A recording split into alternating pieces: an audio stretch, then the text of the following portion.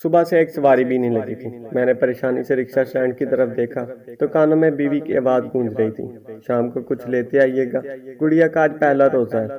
اچانک ایک بوڑھی عورت نے میرے رکشے کی سائڈ پر آ کر مجھ کو پکارا، بیٹا مجھ کو گھر چھوڑ دو گے؟ نہایت غریب عورت تھی۔ دل میں خیال آیا، اس کو گھر چھوڑ دیتا ہوں، کیا پتہ اس کی دبا سے کوئی سواری مل جائے۔ جیسے ہی میں اس کو گھس کے دروازے پر چھوڑ کر پلٹا، اس نے ایسی بات کہہ دی جس کو سن کر میں حیران رہ گیا، کیونکہ رمضان کا مہینہ تھا، لوگوں کے دسترخوانوں پر طرح طرح کی نعمتیں موجود تھیں، اور دوسری طرف ہم جیسے غریب لوگ بھی تھے جو اس بات سے پریشان تھے اس مقدس مہینے میں ہر چیز کی قیمتیں آسمان کو چھونے لگی ہیں۔ دل آج صبح سے ہی بہت برا ہو رہا تھا، کام نہ ہونے کے برابر تھا، اوپر سے رکشے میں مرمت کا کام نکلنے کی وجہ سے اب اکثر سواریاں رکشے کی حالت دیکھ کر دور سے ہی چلی جاتی تھی۔ گھر کے اخراجات پورے کرتا یہاں پہ رکشے کی مرمت کر رہا تھا۔ صبح سحری میں بیوی نے چائے کے ساتھ روٹی رکھتے ہوئے بہت پریشان لہجے میں کہا تھا، شام کو کچھ لیتے آئیے گا، گڑیا کا پہلا روزہ ہے۔ اور میرے ہاتھ وہیں لرز کر رہ گئے تھے۔ میں نے شکوہ بری نظروں سے بیوی کی طرف دیکھا تھا، وہ جانتی تھی کہ اس وقت میری کیا حالت چل رہی ہے، لیکن پھر بھی اس نے نہیں روکا تھا بیٹی کو روزہ رکھنے سے۔ وہ اپنی صفائی میں کہنے لگی، عمران میں نے بہت روکا تھا لیکن بچی ہے، ضد کرنے لگی تھی، پڑوس میں سبھی بچوں کی روزہ کشائی ہو رہی ہے اور پچھلے کئی روز سے مسلسل ضد کر رہی تھی، نہ اٹھاتی تو صبح صبح رونے لگتی۔ میں نے گہری سانس لی تھی، شاید میری بچی کے نصیب میں آج ہی اللہ کوئی وسیلہ بنا دے۔ میں نے کئی بار سڑک پر ادھر ادھر چکر بھی لگائے کہ شاید کوئی بولے بٹکے سے ہی میرے رکشے میں سواری آ جائے، لیکن پھر میں اپنا سا منہ لے کر رکشے اسٹینڈ پر جا کھڑا ہوا ہوں۔ میرے حالات ایسے نہیں تھے، میں ایک کمپنی میں کام کرتا تھا، گزارا اچھا نہ صحیح لیکن پھر بھی بہت بہتر ہو جاتا تھا، لیکن کورونا کے دنوں میں جب کمپنی نے ورکرز کو نکالا میں بے روزگار ہو گیا۔ گھر کا سارا قیمتی سامان صرف اس وجہ سے بیچنا پڑا کہ میں ان دنوں کوئی کام نہیں کر سکتا تھا، نہ ہی کوئی محنت مزدوری مل رہی تھی، اور بیوی بھی بے صبری تھی۔ خدا نے اولاد بھی بس ایک ہی دی تھی، میری گڑیا، جو اس وقت 7 برس کی ہو چکی تھی۔ بعد میں جب کورونا کی وبا ختم ہوئی، بیوی نے اپنی شادی کا زیور نکال کر میرے ہاتھ پر رکھ دیا اور کہنے لگی، اسے بیچ کر کوئی رکشہ لے لیں، کم سے کم گھر کی دال روٹی تو چلے گی۔ میں نے احسان مندی سے اپنی بیوی کی طرف دیکھا تھا اور زیور اٹھا کر بازار پہنچ گیا۔ جتنی رقم مجھے ملی تھی اس میں نیا رکشہ تو نہیں آیا، مگر ایک گزارے لائق سیکنڈ ہینڈ لینے میں کامیاب ہو گیا۔ پچھلے 1.5 سال سے مسلسل رکشہ چلا رہا تھا، مگر گھر کے خرچ پورے نہ ہونے کا نام ہی نہیں لیتے تھے۔ بیٹی کو بھی پرائیویٹ اسکول سے نکال کر سرکاری اسکول میں داخل کروا چکا تھا۔ آج موسم بھی کچھ گرم ہو رہا تھا، سر پکڑ کر اپنے رکشے کی سیٹ پر بیٹھ گیا۔ اسی وقت میرے رکشے کے برابر والے رکشے کے ڈرائیور کی ناگوار سی آواز سنائی دی، جا مائی وقت خراب نہ کر، دھندے کا ٹائم ہے۔ ارے جب پیسے نہیں ہوتے تو رکشے والوں سے پوچھنے کی کیا ضرورت ہے، پیدل کیوں نہیں چلی جاتی؟ یہ تیرا روز کا ڈرامہ ہے۔ میرا دل اداس ہوا، حالانکہ رشید کی اچھی خاصی سواریاں لگ چکی تھیں، صبح سے وہ 12 چکر کاٹ چکا تھا۔ اسی وقت میرے پرانے سے رکشے پر ہاتھ مار کر ایک بوڑھی سی عورت نے مجھے پکارا، بیٹا ذرا مجھے گھر تک چھوڑ دو گے؟ میں نے غور سے اس عورت کی طرف دیکھا جو شاید بھیک مانگ کے گھر واپس آ رہی تھی۔ پیروں میں ٹوٹی ہوئی چپل تھی، ایک بوسیدہ سا تھیلا تھا، کپڑے جگہ جگہ سے سلائی ہوئے تھے اور چہرے پر دکھوں اور پریشانیوں کا گہرا جال تھا۔ میں لمحہ بھر اپنی ماں کی یاد میں کھو گیا جن کا پچھلے سال انتقال ہوا تھا۔ میری ماں بھی اسی طرح کمزور تھی۔ میری بیوی میری ماں کا ہر ممکن دھیان رکھتی تھی، کپڑے پرانے صحیح لیکن صاف ستھرے ہوتے تھے۔ میں پھر بھی اپنی ماں کی خدمت کرنے کی پوری کوشش کرتا تھا، لیکن میری ماں میری مالی حالات دیکھ کر ایسے ہی پریشان رہتی تھی۔ میں نے فوراً فیصلہ کیا کہ بوڑھی عورت کو اس کے گھر پہنچا کر آتا ہوں۔ ویسے بھی سواری تو کوئی لگ نہیں رہی کہ اللہ تعالیٰ مجھے اسی غریب عورت کی دعا کے صدقے آج روزی دے دے۔ میں فوراً رکشے سے نیچے اترا اور اس بوڑھی عورت کو سہارا دے کر اپنے رکشے میں سوار کیا اور اس کی بتائی ہوئی جگہ پر اسے لے کر چل دیا۔ شہر سے ذرا ہٹ کر ایک ویران سی بستی میں رہتی تھی جہاں پر اکثر اسی کی طرح غربت اور لاچاری کی زندگی گزار رہی تھی۔ میں نے اس بوڑھی اماں کو سہارا دے کر اس کے دروازے کے سامنے اتارا۔ وہ میرے سر پر ہاتھ رکھتے ہوئے مجھے ڈھیروں دعائیں دینے لگی۔ میں نے مسکرا کر اس کا شکریہ ادا کیا اور واپس مڑنے لگا۔ اس نے اپنے کمزور سے ہاتھ سے میرا بازو پکڑ لیا۔ میں سوالیہ نظر سے اس کی طرف دیکھ رہا تھا۔ اس نے اپنے بوسیدہ سے تھیلے میں ہاتھ مار کر میری طرف اچھے خاصے پیسے بڑھائے۔ میں حیرت سے اس بوڑھی عورت کو دیکھ رہا تھا۔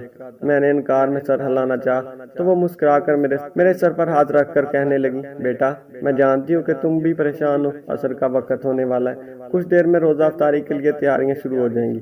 تم بھی روزے سے لگتا ہے، ایسا کر اپنے گھر چلا جا، بیوی بچوں کے ساتھ مل کر روزہ افطار کر لے، ویسے بھی تو اکیلی ہوں، میرا جتنا اللہ نے مجھے دے دیا ہے، کل کا مالک اللہ ہے، میری دعا ہے اللہ تیرے نصیب بدل دے اور تجھے بہت زیادہ نوازے۔ میری آنکھوں میں آنسو آ گئے۔ جس عورت کو ہم سب فقیر کہہ رہے تھے، اس کا دل اتنا بڑا تھا، وہ اتنی محنت سے مانگے ہوئے پیسے مجھے دے رہی تھی۔ میرے دل میں ایک لمحے کے لیے خیال آیا کہ بیک کے پیسے ہیں، میں اپنی بیوی اور بیٹی کو افطار کرواؤں یا نہ۔ اگلے ہی لمحے میں نے اس عورت سے وہ پیسے لے لیے۔ میری نظروں کے سامنے اپنی بیٹی کا چہرہ گھوم گیا تھا جو اس امید پر روزہ رکھے ہوئے تھی آج اس کا باپ اس کی افطار کے لیے کچھ اچھا لے کے آئے گا۔ میں نے اس بوڑھی عورت کا بہت شکریہ ادا کیا اور وہاں سے واپس لوٹ گیا۔ میں نے فوراً بازار سے افطاری کا سامان لیا، تھوڑا سا گوشت بھی لے لیا اور سیدھا گھر پہنچ گیا۔ میری بیوی سامان دیکھ کر خوش ہو گئی اور جلدی جلدی کھانے کی تیاری کرنے لگی۔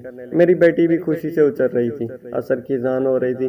میں وضو کر کے سیدھا مسجد پہنچ گیا۔ نماز پڑھ کر کچھ دیر وہیں ستون سے ٹیک لگا کر بیٹھ گیا۔ تبھی محلے کے حاجی صاحب اپنے چند دوستوں اور محلے کے کچھ معززین کے ساتھ بات کرتے ہوئے دکھائی دیے۔ وہ ان لوگوں کو خوشی خوشی بتا رہے تھے کہ رمضان شریف میں ان کی طرف سے مدینہ شریف میں افطاری کروائی جاتی ہے۔ آج محلے کی اس مسجد میں بھی افطاری انہی کی طرف سے آنے والی تھی۔ میں نے گہرے دکھ اور افسوس کے ساتھ ان کی طرف دیکھا۔ کاش یہ حاجی صاحب اتنا ساتھ کر لیتے کہ مفلس اور غریب لوگ بھی رہتے ہیں جو اصل مستحق ہیں، اور کاش وہ اپنی نمود و نمائش کے بجائے ان غریب لوگوں کو ماہ رمضان میں راشن لے کر دے دیتے تو زیادہ بہتر ہو جاتا۔ میں چپ چاپ وہاں سے اٹھ کر گھر آ گیا۔ مغرب کی اذان ہوئی تو ہم تینوں نے روزہ افطار کیا۔ میں نے اور میری بیوی نے اپنے ہاتھوں سے اپنی بیٹی کو افطار کروائی تھی۔ پھر میں نے جیب سے 100 روپے نکال کر گڑیا کی طرف بڑھائے اور کہا کہ بیٹا یہ تمہارا نام ہے۔ میری معصوم سی بیٹی اتنے میں خوش ہو گئی تھی۔ میری بیوی اور بیٹی اٹھ کر وضو کرنے چلی گئی نماز ادا کرنے کے لیے، اور میں بھی اٹھ کر مسجد چلا گیا۔ نماز کے بعد سبھی لوگ حاجی صاحب کی تعریف کرنے لگے جن کے گھر سے آج شاندار افطاری آئی تھی۔ حاجی صاحب سب سے مسکرا کر شکریہ وصول کر رہے تھے، تبھی میری نظر ان لڑکوں کی طرف پہنچی جو بچی ہوئی افطاری کے برتن خالی کر رہے تھے۔ اللہ کی نعمتوں کا بہت بے قدری سے استعمال کرنے کے بعد بہت سارا رزق ضائع کیا جا رہا تھا۔ میرا سینہ دکھ سے بھر گیا تھا، لیکن کسی کو کچھ کہنا بنا بات اپنی شامت بلوانے کے مترادف ہے۔ میرے لیے تو وہ بوڑھی عورت کسی فرشتے سے کم نہیں تھی جس نے آج کے دن میری مدد کی تھی۔ 2-4 دن یوں ہی گزر گئے تھے۔ ایک روز میں سواری چھوڑنے کے لیے جا رہا تھا کہ سامنے سے آتی تیز رفتار گاڑی نے میرے رکشے کو بری طرح سے ٹکر مار دی۔ سواری تو معمولی چوٹیں لگی تھیں، لیکن میری دونوں ٹانگیں بری طرح سے کچلی گئی تھیں۔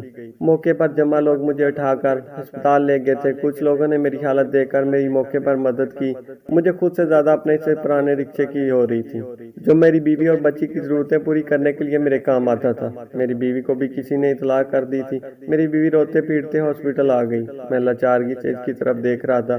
میرا فوری آپریشن کیا جانا تھا، لیکن ہم لوگوں کے پاس کچھ بھی نہیں تھا۔ میری بیوی نے ادھر ادھر رشتہ داروں سے مدد مانگنے کا فیصلہ کیا، لیکن ہر انسان نے یہی کہا کہ رمضان کا مہینہ ہے اور پھر عید بھی سر پر ہے، کسی کے پاس بھی اتنی گنجائش نہیں۔ ہاسپٹل والوں نے بھی کسی خیراتی ادارے کی مدد سے میرا آپریشن تو کر دیا، لیکن مناسب دیکھ بھال نہ ہونے کی وجہ سے اور خوراک کمی کی وجہ سے میری ٹانگوں میں انفیکشن پھیلتا گیا۔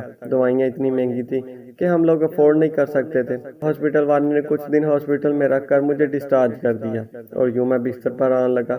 میری پیاری بیٹی ایمان یہ سب دیکھ کر سہم چکی تھی۔ میری بیوی نے محلے والوں سے بھی مدد مانگی، راشن کے لیے لمبی لمبی قطاریں میں بھی جا کر لگی، لیکن کہیں سے کچھ نہیں ملتا تھا۔ اور وہ گھر میں رہنے والی سیدھی سادی عورت تھی، اسے دنیا کی چلاکیاں نہیں آتی تھی۔ کبھی کبھی انسان مدد کے لیے بہانے سے کچھ کہہ دیتا ہے تو وہ فوراً روتے ہوئے گھر چلی آتی۔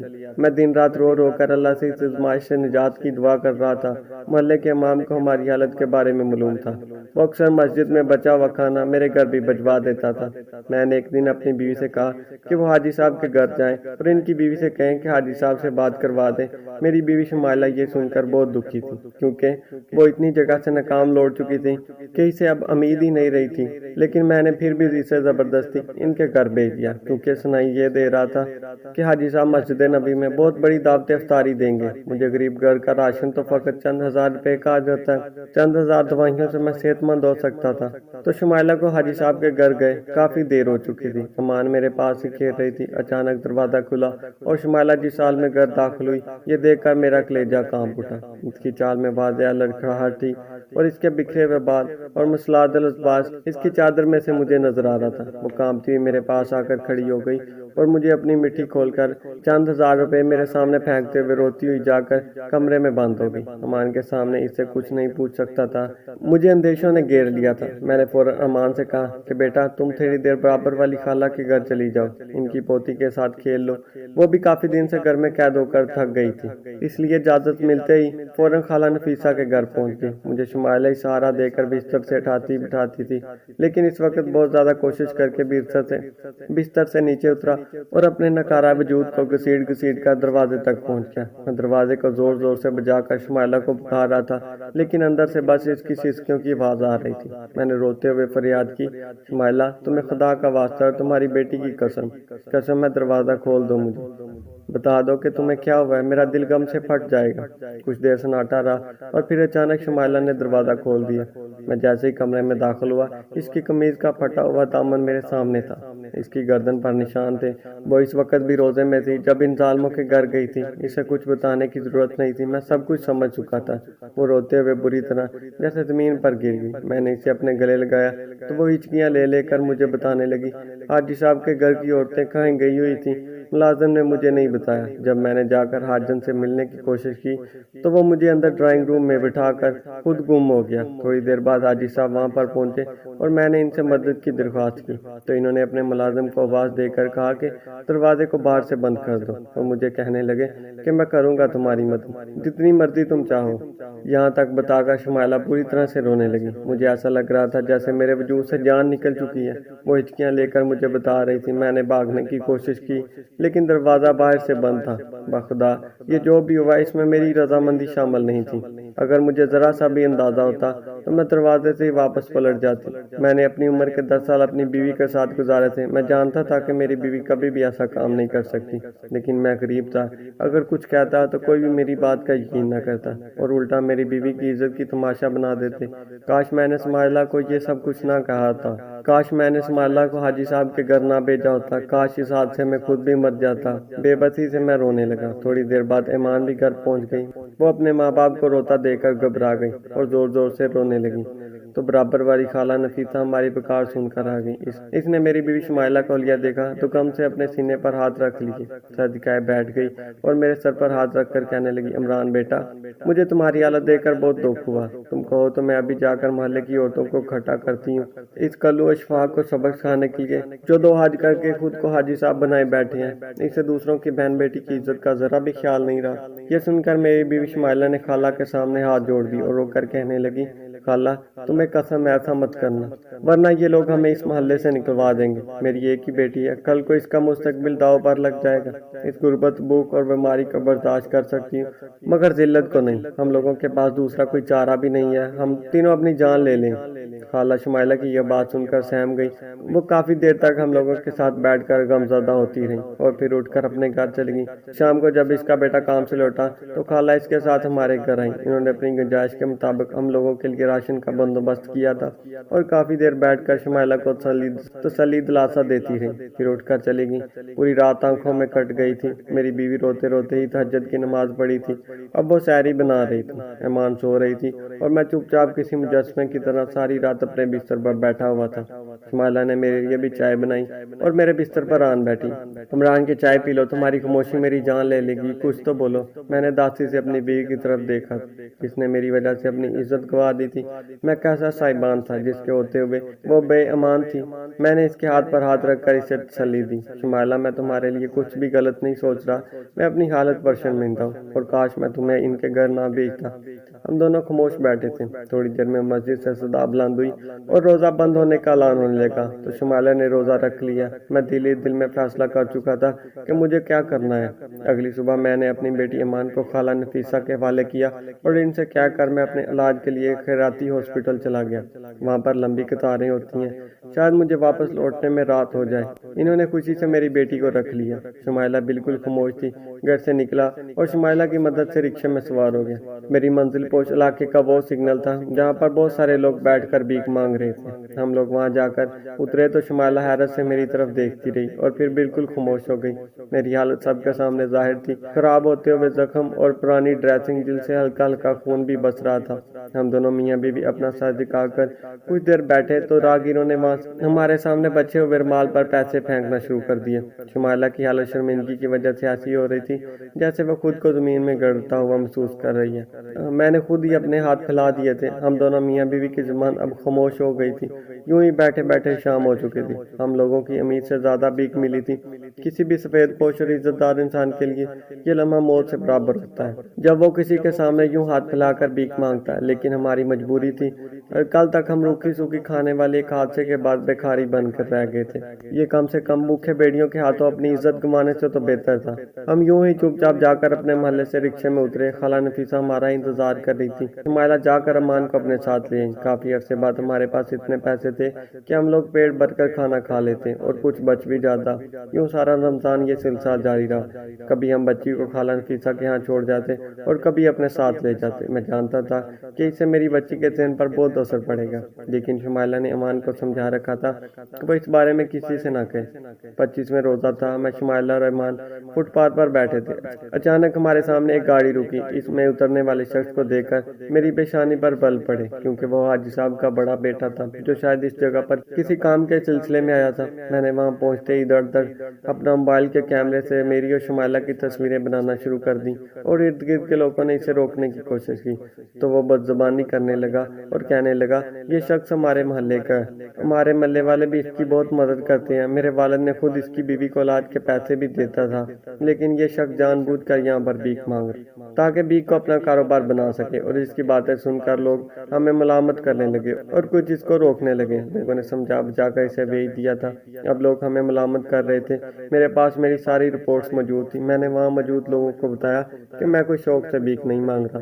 محلے والوں نے اگر میری مدد کر بھی دی تو بدلے میں میری بیوی اور بیٹی کے ساتھ ان لوگوں کا رویہ کتنا خراب ہوتا۔ اگر میں نے اپنے آپریشن کے لیے پیسے جمع نہ کیے تو میری دونوں ٹانگیں کاٹ دیں گے۔ چاہ کر بھی وہاں موجود لوگوں کو یہ نہیں بتا سکا کہ یہ وہ شخص ہماری توہین کر کے گیا ہے۔ اس شخص کے باپ نے میری بیوی کے ساتھ کیا سلوک کیا۔ اتنے میں وہاں پر اچانک سے ایک گاڑی آ کر رکی۔ اس میں سے ایک نوجوان عورت اتری۔ وہاں موجود لوگوں سے کہنے لگی، کیا تماشا بنا رکھا آپ لوگوں نے غریب کی مجبوری کا، چلو ہٹو یہاں سے۔ اس عورت کی بات سن کر وہ سبھی لوگ وہاں سے چل دیے۔ اور شمائلہ سے کہنے لگی، مجھے یہاں پر آپ لوگوں کی مدد کرنے کے لیے کسی نے بھیجا ہے، میرے ساتھ چلیں۔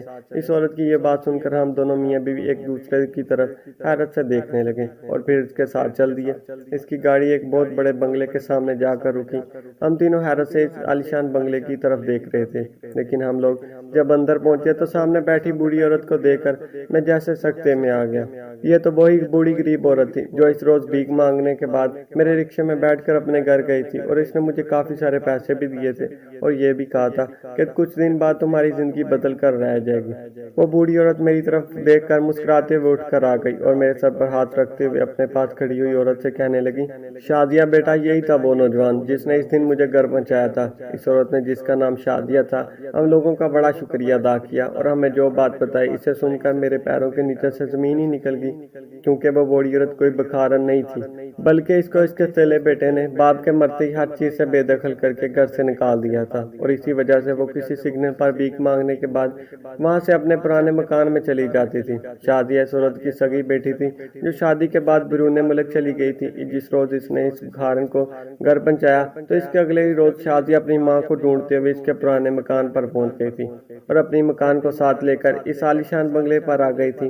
اس بوڑھی عورت نے شادیہ کو بتایا کہ ایک روز میں شدید طبیعت خرابی میں گھر جانے کے لیے سواری ڈھونڈ رہی تھی، لیکن مجھے کوئی بھی رکشے والا گھر چھوڑنے پر تیار نہیں تھا۔ تب اس شخص نے مجھے گھر پہنچایا۔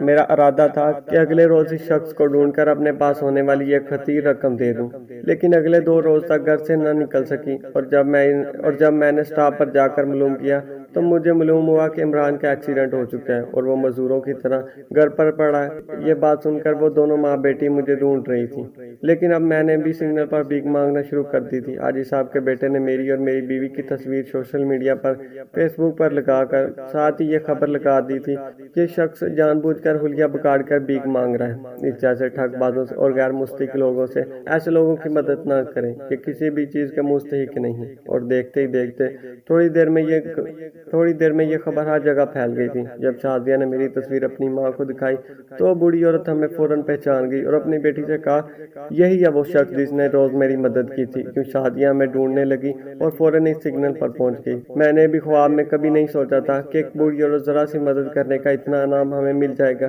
شازیہ ایک سوشل میڈیا ورکر تھی اور بہت بڑی تنظیم بھی چلاتی تھی جس سے وہ سینکڑوں مستحق لوگوں خاندانوں کی کفالت کر رہی تھی، اور یہ سب وہ مرحوم باپ کی نصیحت کو پورا کرنے کے لیے کر رہی تھی۔ شازیہ نے میرا بہترین علاج کروایا اور 2 ماہ بعد اپنے پاؤں پر کھڑا ہو چکا تھا۔ میں نے اچھے وقتوں میں میٹرک تک تعلیم حاصل کر رکھی تھی۔ جیسے ہی میری طبیعت بحال ہوئی تو شازیہ نے مجھے اپنے ساتھ اپنی ہی تنظیم میں سوشل ورکر رکھ لیا۔ میری بیوی نے شازیہ کے گھر میں ہی ملازمت اختیار کر لی اور اب وہ بوڑھی اماں کا خیال رکھتی تھی جس کا نام نرگس تھا۔ جب میں شازیہ کے ساتھ کسی مستحق افراد کو ڈھونڈ کر ان کی مدد کرنے کے لیے جاتا تو مجھے روحانی طور پر اتنا خوشی محسوس ہوتی کہ بتا نہیں سکتا۔ جن لوگوں کو خدا نے دولت دے رکھی تھی، اگر وہ لوگ کمزور لوگوں کا خیال رکھنا شروع کر دیں تو کہیں بھی کوئی بھوکا نہ سوئے، اور نہ ہی کوئی غریب لاچار شخص اپنی مجبوری کے ہاتھوں مجبور ہو کر اپنی زندگی کا خاتمہ کرے۔ برے وقت ایک ایسی آزمائش ہوتی ہے جو اچھوں کو بچھاڑ کر رکھ دیتی ہے۔ اس بات کو دیکھتے ہی دیکھتے 5 سال کا عرصہ بیت چکا تھا۔ میری بیٹی اب 12 برس کی ہو چکی تھی، بہترین اسکول میں تعلیم حاصل کر رہی تھی۔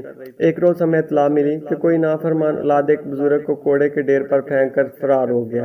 اہل علاقے نے ہماری تنظیم کا نمبر ملا کر ہمیں اس بزرگ کو ریسکیو کرنے کا کہا تھا۔ میں اپنے ساتھ 2 ورکرز لے کر ایمبولینس میں جب اس کچرے کے ڈھیر پر پہنچا تو بیماری کے باعث گٹھری بنے ہوئے اس بوڑھے شخص کو جیسے ہی سیدھا کیا تو میں یہ دیکھ کر اندر سے کانپ اٹھا کہ وہ کوئی اور نہیں تھا، ہمارے محلے کا وہی ظالم اور جابر اشفاق حسین تھا جسے سب حاجی صاحب کہہ کر پکارتے تھے۔ خدا کے یہاں انصاف کا ترازو انصاف توڑ چکا تھا۔ مجھ پر اور میری بیوی جیسے نہ جانے کتنے مسکین اور لاچار لوگوں پر ظلم کرنے کا نتیجہ اشفاق حسین کو اسی دنیا میں مل چکا تھا۔ میری آنکھوں میں آنسو آ گئے تھے۔ میں تو غریب اور لاچار تھا، اپنا بدلہ نہیں لے سکا، لیکن اللہ کی عدالت میں انصاف ہو چکا تھا۔